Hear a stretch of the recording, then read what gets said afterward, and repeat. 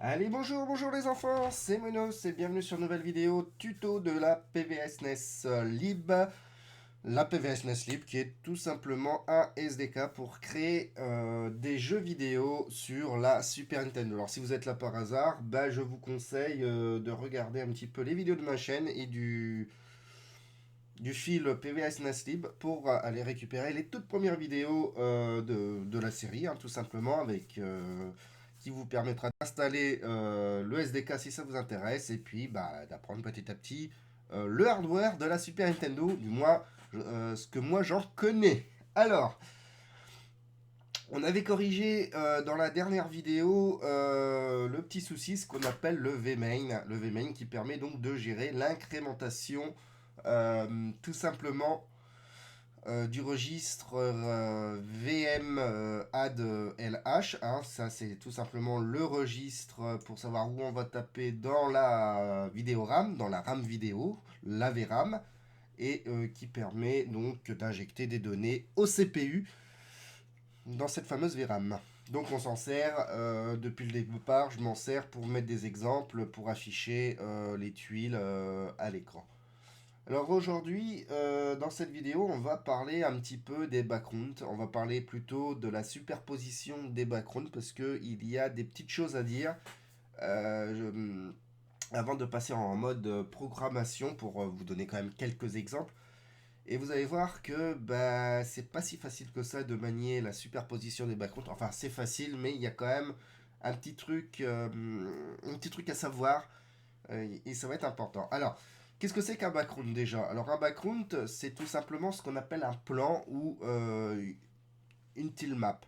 Une tilemap, depuis le départ de la vidéo, c'est là où on enregistre des données.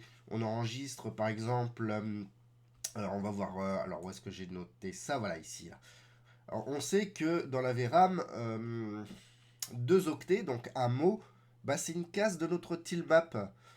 Et dans chaque tilemap, il y a plein de cases. Alors là, on est configuré nativement en 32 x 32 cases pour la première tilemap. Et dans chaque case, c'est encodé sur 16 octets. On a donc un petit bit pour flipper horizontalement, un petit bip pour flipper verticalement notre tiles. On a le troisième bit qui est ce qu'on appelle le bit de priorité. Vous allez voir que ce bit là, bah, on va en parler, il va être très important. On a 3 bits qui nous permet d'aller chercher la palette de couleurs à appliquer sur notre tiles. Et oui, sur notre tiles et pas sur le background, c'est le tiles qui compte. Hein. Donc on peut avoir 8 palettes de couleurs pour nos tiles. On peut choisir entre 8 palettes de couleurs. Il faut bien la mémoriser quelque part. Et c'est bien ici, on a 3 bits de 0 à 7. Et à chaque fois qu'on pose un tiles à l'écran, bon, on lui dit, bah, toi, ton Taizolite, tu vas chercher cette palette-là. Toi, ton Taizolite, tu vas chercher cette palette-là. Donc, c'est à la taille et ce n'est pas au plan.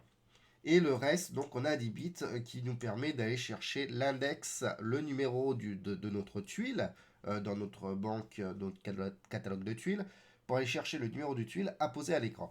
Bon, ça, on l'a vu sur 2 ou 3 vidéos. Je pense que vous avez compris. Enfin, j'espère, sinon ça sert à rien d'être sur cette vidéo. Alors, en fonction du mode vidéo de la Super NES, on a plusieurs configurations de background. Alors, là, je suis en mode, le mode 1. Voilà, je suis en mode 1, background mode 1, ce qui me permet d'avoir 3 tilmaps en mémoire. 2 tilmaps qui permet de gérer des palettes de couleurs sur 16 couleurs. Donc mes couleurs sont en 16 couleurs. Et le troisième plan qui, malheureusement ou heureusement, permet de gérer que 8 palettes de 4 couleurs. Donc en mode 1, qui est le mode... Allez, je vais pas me cacher, c'est le mode le plus utilisé de la Super Nintendo à chaque fois que je lance un jeu, que quand je suis en scene game, dans le moteur de jeu en lui-même, ben on est en mode 1 quand il n'y a pas de raster. Et ça nous permet d'avoir 3 plans. Donc souvent les 2 premiers plans c'est le jeu, le troisième plan c'est un peu le HUD.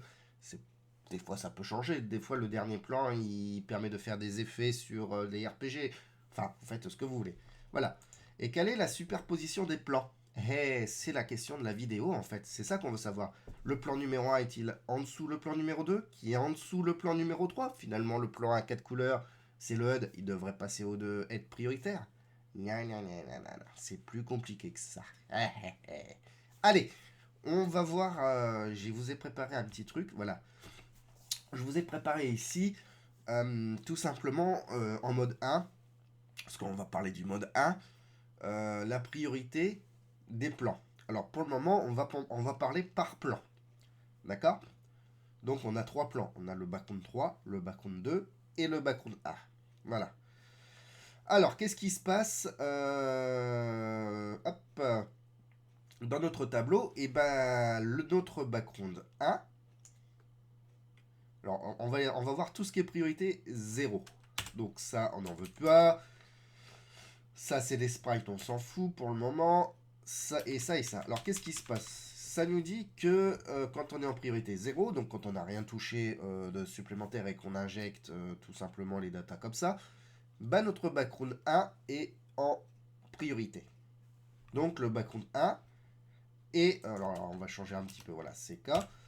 Quand on va poser un tile sur le background 1, il va se superposer au background 2. Il va se superposer aussi au sprite, normalement.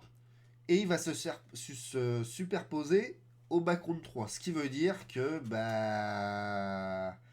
tac, tac, tac. Voilà, donc on va rajouter ici le background 3. Donc là, je mets 0. Voilà. Là, si toutes les priorités sont à 0, bah, ça fait background 1, background 2, sprite, background 3. Voilà. Ça veut dire que le background 1 va cacher le background 2, qui va cacher les sprites et qui va cacher le background 3. C'est pas logique? Je sais, mais c'est comme ça. À mon avis, il y a une logique derrière la construction de l'architecture de la SNES. Faut pas se biler, ça doit être bien réfléchi. Maintenant, on parle depuis le début de la priorité des tiles. Et c'est là que ça va être important à comprendre, c'est que ici on a un bit de priorité, le troisième bit de l'octet du point fort. Donc ce bit ici sur un registre 16 bits ou ce bit ici quand on envoie carrément un registre 8 bits.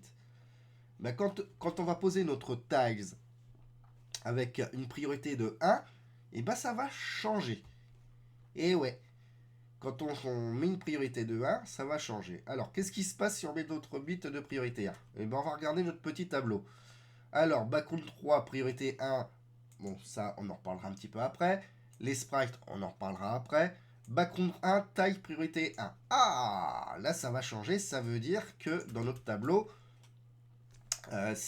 si on met en background 1 et qu'on met en tiles, et notre tiles, il est en priorité 1, bah, il va aller au top top. Top top. Donc on va faire ça. Background 1, priorité 1. Donc est supérieur au background 1, priorité 0. Je parle bien des tiles. Hein.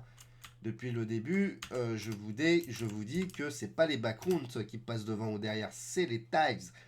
La SNES gère la priorité aux tiles. Et ça, c'est important de bien comprendre ce système-là. Voilà. Donc ça veut dire que si on pose un tiles en priorité 1 sur le background 1, et bah il va être prioritaire au background 1 priorité 0, mais de toute façon on ne peut pas avoir deux tiles sur le background 1 de toute façon, donc ça, on s'en fout, mais on restera supérieur au background 2 de toute façon, et supérieur au background 3 priorité 0. Donc il faut raisonner à l'inverse.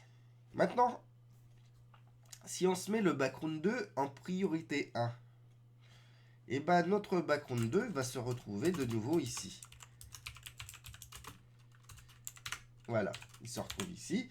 Ça veut dire que dans notre jeu des priorités, et ben si sur le background 2 on pose un tiles avec une priorité 1, ben il va aller au-dessus d'un tiles.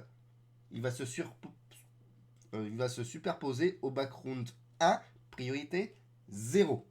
Ouf, ça commence à être difficile ça. Hein. Et oui, c'est un petit truc un petit peu difficile à comprendre. Mais alors, bien sûr, il sera supérieur au background 2, priorité 0, mais comme encore une fois, on ne peut pas avoir de ties, on ne peut pas encoder deux ties sur le même plan, c'est pas au même endroit, c'est pas possible. Donc, notre jeu des priorités commence,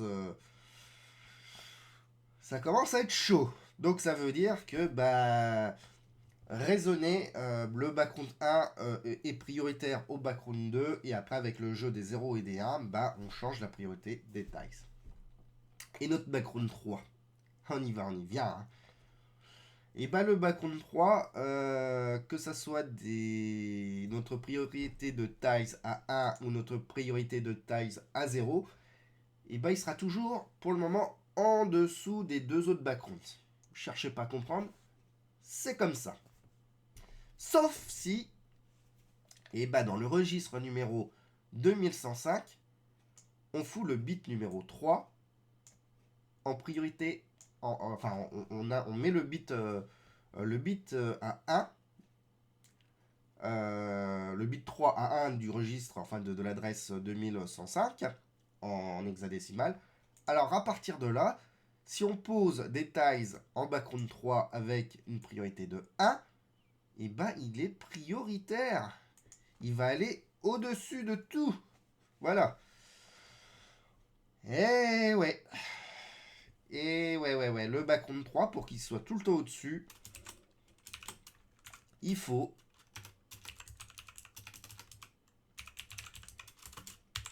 background 3. Il faut les tailles en 1 et enfin la priorité des tailles en 1 et le registre 2105 hop B3 est égal à 1. Voilà, donc il y a une petite tournure à faire. Et bien sûr, bah, même si le taille priorité est à 0, je n'ai pas vu, à mon avis, s'il est à 0 et il est à 1, hop, on revient ici.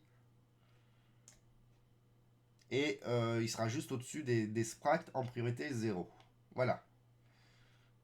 Donc, grosso merdo, background 1 au-dessus, background 2 en dessous, et après, c'est en fonction des jeux des tiles. Voici un petit peu la tambouille. Parlons des sprites. Alors, nos chers sprites, j'espère que je l'ai noté. Nos sprites. Alors, où est-ce qu'ils sont nos sprites Alors, il faudrait que je regarde dans la documentation, mais normalement, de 2, ici. Voilà.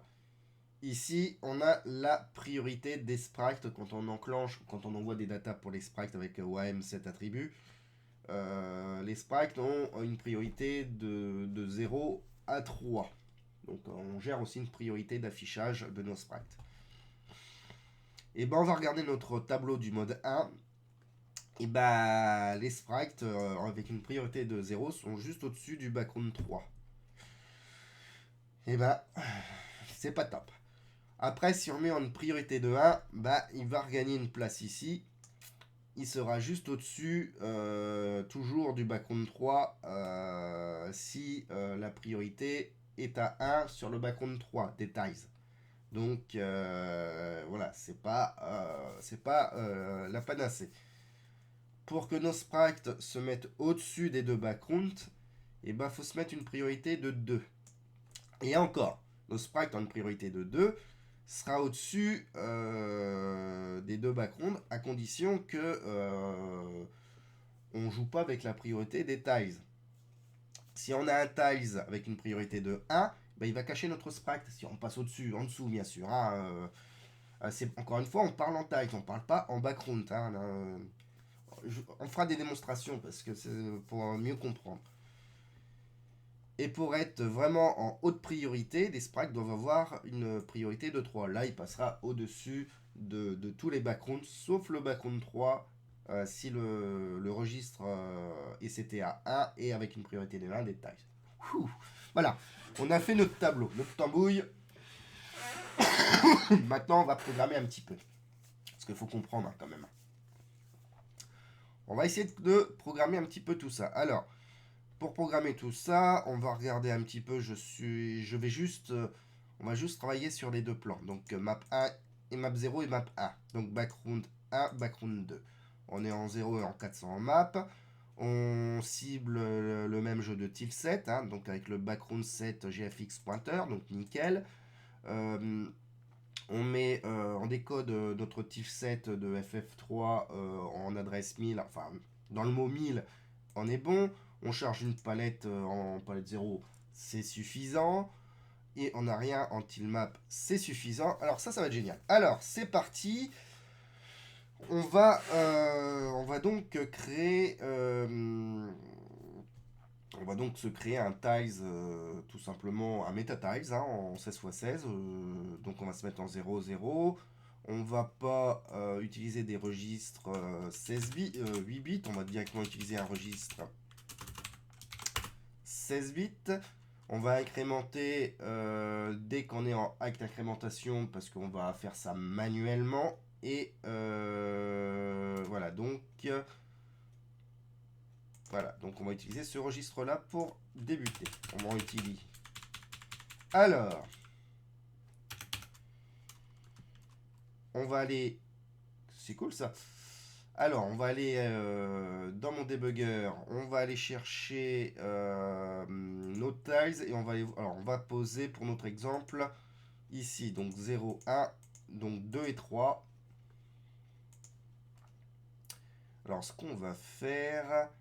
2 et 3. Donc là, c'est la priorité. On va se mettre en priorité 0 sur le background 0.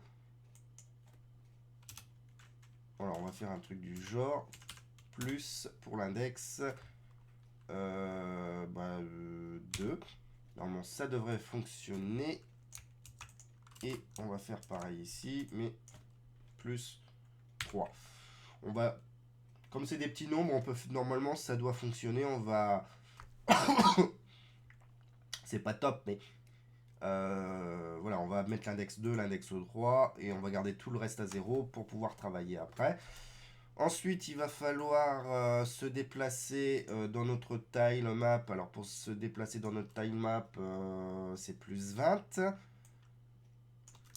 Donc, normalement, plus 20. Donc, on se déplace d'une ligne pour notre exemple. Et ici, pareil, on va garder ça.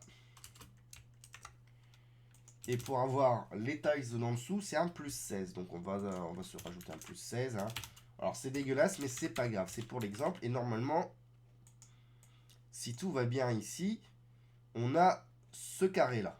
Si j'ai pas fait de conneries. Alors ça, c'est encore une autre histoire. Voilà. Je vais recharger. Pourquoi ça fonctionne pas? Ah. Parce que c'est pas plus 20, c'est 0x20. C'est plus 32 en fait.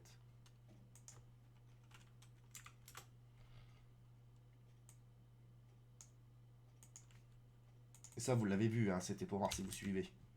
Qu'est-ce qu'il m'a fait? J'ai une erreur quelque part? Non, build finish. Voilà. Donc là, j'ai bien mon carré qui est nickel, c'est ce que j'ai demandé. On va aller voir le... Alors, je vais faire ça, j'ai mis mon carré. Et on va aller voir... Ce qui nous intéresse plutôt maintenant, c'est la time map. Alors, c'est dommage, je peux pas agrandir... Ah si, je peux agrandir. On va agrandir à 5. Voilà. Là, je suis en background 0. J'ai bien mon time map, caractère 2, 3 en priorité 0. Il n'y a pas de souci. Je mets en background 2, il n'y a rien. Background 3, bon, on s'en fout. On ne l'utilisera pas dans notre exemple. Déjà qu'on comprend sur 2 backgrounds, c'est déjà pas mal. Voilà. Maintenant, ce que je vais faire, c'est que sur le background 2, je vais afficher... Qu'est-ce qu'on va afficher? Tiens, on va afficher l'herbe. Donc le background 2, c'est 0, 1, 2, 3, 4, 5, 6, 7, 8, 9. C'est le 10e tiles. 3, 4, 0, j'avais dit combien? 0, 1, 2, 3, 4, 5, 6, 7, 8, 9. C'est le 10e tiles. Nickel. Donc on va afficher ça. Alors bien sûr, on part... On l'a mis où notre... on va partir en 400. Donc notre deuxième tile map est en 400. Donc à l'adresse 8. Mais on se met en 400. Alors. Là je vais faire... Background. Ah. Alors, je vais faire ça.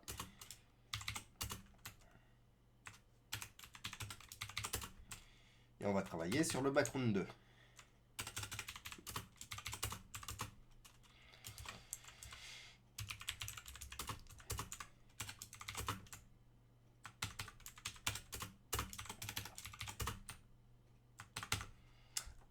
Ah, je vais, tant qu'on y est, avant de continuer, je vais vous montrer que ça c'est mon sprite. Et mon sprite, pour le moment il est au-dessus. Alors, ouais, j'aurais dû mettre à 0. Je vais remettre à 0 le... On va aller regarder juste avant si je me plante pas les sprites.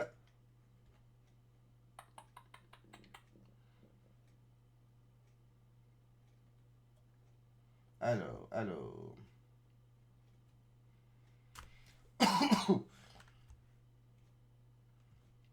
Alors, les attributs. Alors, ah oui, là je suis en priorité 3. Donc, c'est le bit 5 à 4. Ok, donc le bit 5 à 4, on va remettre à 0 pour notre exemple. 7, 6, 5, 4. Donc, c'est bien. Alors, je vais faire un truc du genre. Donc, là, on avait dit que c'est Y flip X O O. Alors, après, c'est P, P, P. Et puis, bah, ça, c'est l'index. Donc, c'est C. Voilà. Donc, on va se mettre en 0, 0.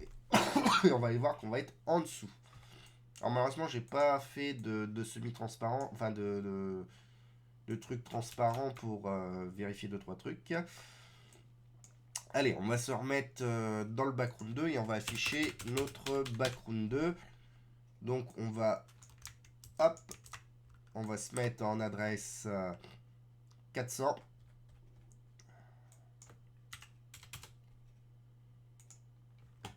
On va...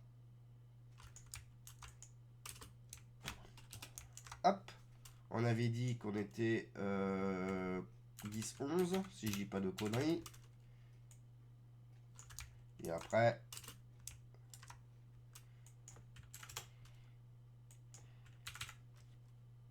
Hop. C'est bien ça, hein. 0, 1, 2, 3, 4, 5, 6, 7, 8, 9, c'est ça, 10 et 11. Ok, ça marche. Boum, boum, boum, boum. Bon, il y a mieux à faire, hein, on est bien d'accord. Hein, c'est pour comprendre un petit peu par un exemple ce qu'on est en train de faire. Alors, je vais compiler. Si tout fonctionne, tout fonctionne. Je vais recharger le programme. Et ça marche pas parce que... Pourquoi? Parce que ici, tout simplement, j'ai oublié le plus 0x20 pour sauter une ligne. Donc on a bien la deuxième partie de notre bidule qui est là. Ça c'est cool.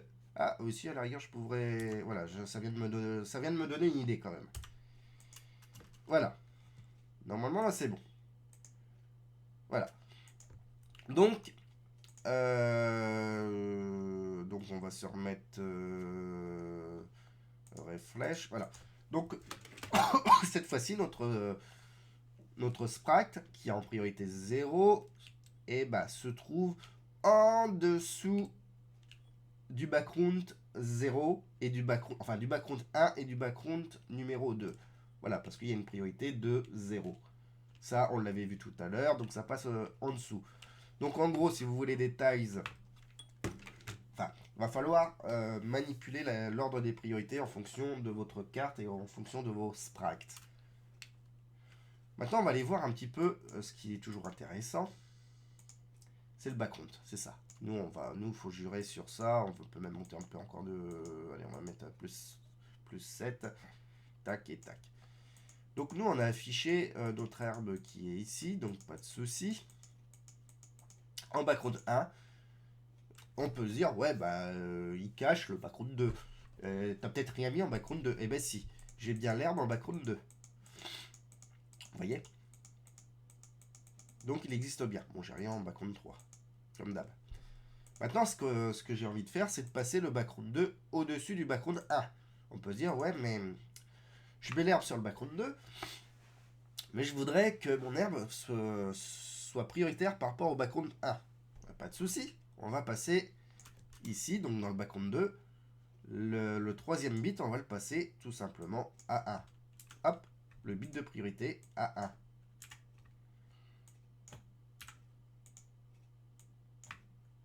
Voilà, notre bit de priorité est à 1. Encore une fois, je le fais à la main, mais on peut avoir des formules et des trucs comme ça. Peut-être que j'en parlerai. On fera peut-être des vidéos là-dessus. On va relancer le bousin. J'ai dû oublier... Qu'est-ce qui se passe? Qu'est-ce qui se passe? Bah, c'est tout simplement ici où il y a un petit souci.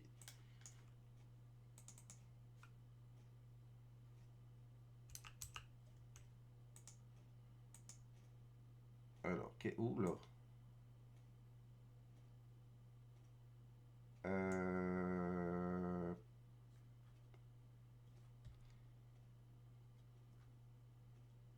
Ah, il y a une couillonnade quelque part.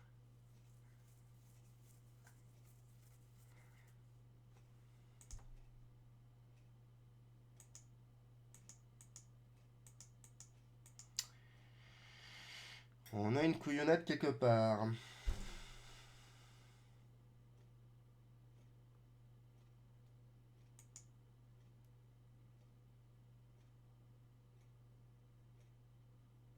Oh bah il y a un bit de plus, c'est pour ça.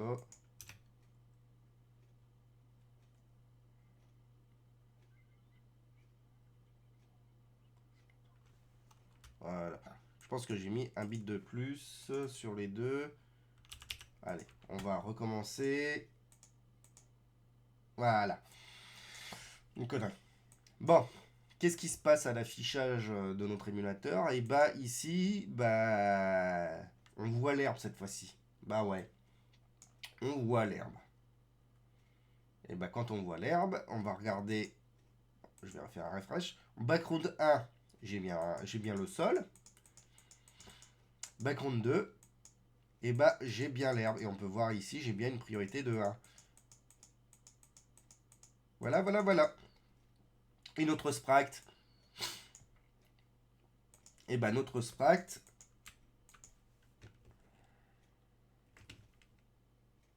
bah il est toujours en dessous. Voilà, voilà, voilà. Maintenant, je réfléchis, puis je me dis, j'aimerais bien que mon sprite, voilà, soit entre les deux, quoi. S'il y a un background, voilà, que notre background 2 soit notre couche haute, notre background 1 soit notre couche basse, et que notre sprite, bah, soit entre les deux. Et ben, on va tester. On va tester, on va regarder notre ordre de priorité. Pour que notre background 2 soit en couche haute, il faut mettre la priorité 1 sur notre background 2, donc ça fonctionne.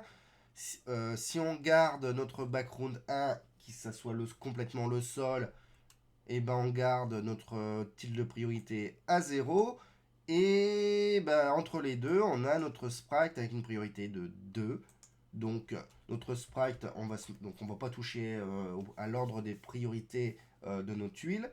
Par contre, on va quand même changer l'ordre de priorité de notre sprite. Il faut la valeur 2 sur 3. Donc 1, 0. Parce que 0, 0, c'est 0, 0, 1, c'est 1, 1, 0, c'est 2, et 1, 1, c'est 3. 4 possibilités, mais on part à 0. Hein. Là, je suis entre les deux. Par contre, là, comme ça, on va pas voir ce qu'on veut. Donc, le background 2, c'est la couche haute. C'est ce qu'on a décidé. Donc, ce qu'on va faire, c'est qu'on va quand même le décaler d'une case pour voir un peu les effets qu'on veut. Donc, on va se décaler d'une case. Je mets en décimale, hein, c'est une case, donc ça doit bien normalement se décaler. On va se faire une compilation. On relance le bousin. Normalement, j'ai ma couche erreur de 2 cases qu'il faut que je me décale. Bah oui, c'est un meta-tiles. Voilà, là ça va aller mieux. On va voir nos deux meta-tiles. Voilà, on va regarder notre time map. Le background 2, on a bien ici notre herbe en priorité 1. Je me mets en background 1, j'ai juste à côté, j'ai le sol, tout est en priorité 0, donc on devrait être correct. On va aller voir avec notre sprite.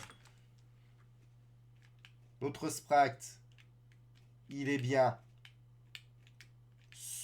sur le background 0, mais en dessous le background 1. Voilà. Bon, avec le jeu des transparences, on voit à travers les tailles. Hein. C'est pour ça qu'on a une couleur transparence. Là, il n'y en a pas dans cet exemple-là. Mais voilà, voilà, voilà. Là, on le voit bien qu'on est sur le background 1 avec le noir ici. On est bien sur le background 1 et en dessous du background 2. Pardon.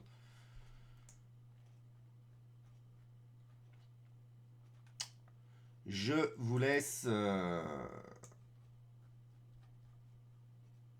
voir un petit peu le tableau des priorités du mode 1. Donc, background 3 avec les tailles en priorité 1 et si le bit 3 du registre 2105 et CT, ça sera prioritaire. Ensuite, les sprites avec la priorité 3. On est juste une priorité au-dessus. Si on veut mettre notre sprite au-dessus de tout sauf le background 3, il faut mettre les deux bits à 1. Ensuite, on passe au background 1 priorité 1, au background 2 priorité 1, les sprites avec les priorités 2, le background 1 et le background 2 dans l'ordre en priorité 0. Voilà, hein, donc si sur les deux backgrounds, les tailles sont en priorité 0 et que je bouge pas et que mes sprites, là, à l'heure actuelle, en priorité 2 ou 3, on est au-dessus des deux backgrounds. Ensuite, les sprites en priorité 1 bah, sont complètement en dessous du background, risquent d'être cachés ou semi-cachés. Ça dépend encore une fois du jeu des transparences. Le background 3 avec une priorité 1 si le bit 3 est à 0 du registre 2105. Les sprites en priorité 0. Ça, si on ne touche pas aux priorités des sprites, bah, là, le sprite est complètement en dessous des deux backgrounds. Encore une fois, ça peut être utile. Je ne sais pas comment, mais ça peut être utile. Et enfin, le background 3, tout à 0. Voilà. Voilà, voilà, voilà. Bon, bah, c'est fini, je pense, sur l'histoire des backgrounds. On a vu un petit peu aussi sur les tailles. Alors, bien sûr, c'est une programmation exemple, hein, à l'arrache, mais bien pour vous bien faire comprendre les choses. Euh, donc, n'oubliez pas que quand vous mettez un sprite, vous injectez les données d'un sprite avec OAM7 attribut. Ici, on a un bit d'attribut. Est-ce que j'ai pas. Non, ça c'était H. Voilà, je cherchais ce que ça voulait dire le W. Enfin, c'est le X. Donc, pour flipper le sprite, les deux bits de priorité pour choisir la palette. Et le dernier, c'est le bit pour choisir dans la deuxième catégorie des 256 autres index. Voilà. Voilà grosso merdo comment fonctionne notre Bignouf. Voilà, voilà, voilà, voilà. Donc, moi j'ai bien activé, je vérifie tout. Ouais, c'est bien activé. Alors, ce code-là, il est complètement pourri, c'est fait à l'arrache. Voilà. Prochaine vidéo, je pense qu'on va attaquer quelque chose d'un peu plus gros. On va peut-être attaquer le DMA. J'ai envie de vous présenter ou recoder. On sera peut-être dans les vraies conditions du direct. J'ai envie de vous programmer un buffer, de VRAM en fait. Alors, ce qu'on fera, je pense, dans la prochaine vidéo, c'est de faire un tableau de, comment dire, de tags, tout simplement, hein, de la tag map en RAM, et de pouvoir plus facilement aller piocher, modifier avec des fonctions euh, les options de tags, donc l'ordre de priorité, la palette, euh, pardon, priorité palette, les flips et ces trucs comme ça. Préparer ça dans un buffer, et puis bah, après le VBL, l'envoyer avec le DMA. Vous allez voir, on le fait hein, déjà. Hein.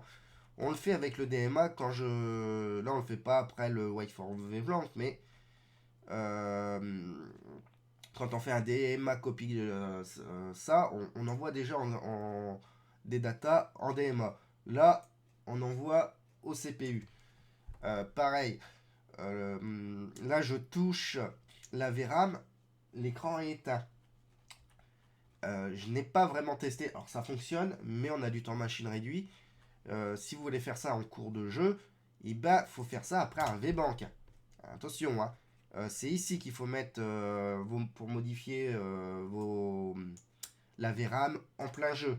Après le VBank. Et attention, si vous faites de grosses modifications au CPU, alors je n'ai pas testé. Puis il y a une différence entre si vous êtes en PAL ou si vous êtes en NTSC, vous n'avez pas le même temps machine pour modifier après un VBank. Et si vous modifiez beaucoup de choses ici, alors je ne connais pas la quantité, mais si vous exagérez, vous envoyez 1000 fois des trucs dans la VRAM au CPU, il arrive un moment, le canon électron, une fois qu'il aura fini de remonter, il n'aura pas fini de traiter les données à enregistrer au CPU, il va recommencer à tracer à l'écran les graphismes, il va fermer le PPU, on n'y aura plus accès au PPU, et ça va bugger à mort ou ça va ramer à mort. Donc attention à ça. Hein. Quand vous faites des modifications de VRAM, c'est soit écran éteint, soit après le VBank. Voilà, je répète. Et bien sûr, à chaque fois que vous jouez avec des adresses, c'est des mots et c'est pas des octets, c'est pas des adresses en octets, mais c'est des mots. Un LAC 400, c'est. D'ailleurs, pourquoi j'ai un plus 2 d'ailleurs? Non, mais c'est normal. C'est l'adresse 804. Hein. Bref, voilà. J'ai pas grand chose d'autre à dire sur les backgrounds à l'heure actuelle. On regardera les backgrounds à 4 couleurs dans une autre vidéo. Et puis voilà. Je vous fais des gros bisous et une prochaine vidéo sur le PVS Nestlib ou autre. Allez, gros bisous tout le monde. Bye bye.